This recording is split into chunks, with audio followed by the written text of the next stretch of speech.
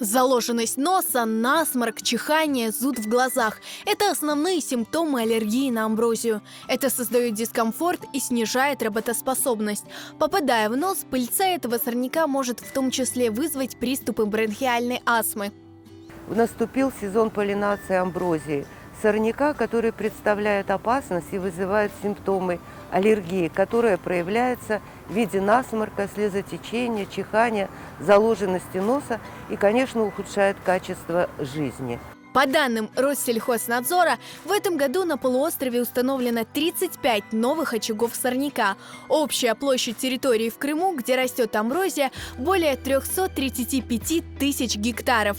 В администрации Симферополя добавили 600 тысяч рублей на ликвидацию амброзии. Однако в разных районах города есть целые плантации этого растения. Жители крымской столицы жалуются на аллергию. Ой, ужасно. Вот я что только не пила. Тоже опять мучаюсь этим амброзией. Пек-чок амброзия, бульмимен.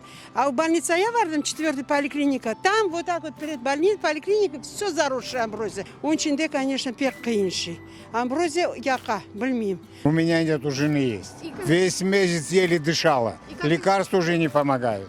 Симптомы, у меня, допустим, слизистая раздражается, насморк, горло чешется и глаза текут. У нас в семье убита аллергия на амброзию, и хотелось бы, чтобы ее постепенно уничтожали. Людям, страдающим аллергией, врачи рекомендуют носить маску. И в настоящее время как от нее уберечься? Конечно, ношение масок, потому что маски будут спасать не только от коронавируса, но и избытка пыльцы в воздухе. Мы, к сожалению, на ночь открываем окна, а вот самая высокая концентрация пыльцы амброзии, она бывает ночью. Поэтому ночью нужно закрывать окна. Это, конечно, избегать употребления продуктов, которые имеют родственные аллергены к амброзии. Это дыня, это бананы, это семечки, это подсолнечное масло. Меры профилактики, которые доступны без обращения к врачу, это промывание носа солевыми растворами. Это аквамарис, аквамарис сенс.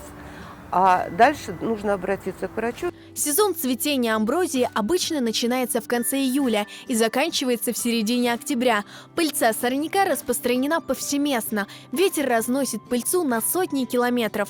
Врачи призывают уничтожать сорняки амброзии и ответственно отнестись к борьбе с ней. Мы должны около своего дома увидеть даже один кустик амброзии. Пусть мы не страдаем аллергией, мы должны его уничтожать. Когда приходят и говорят, у меня под окнами растет амброзия, это нонсенс.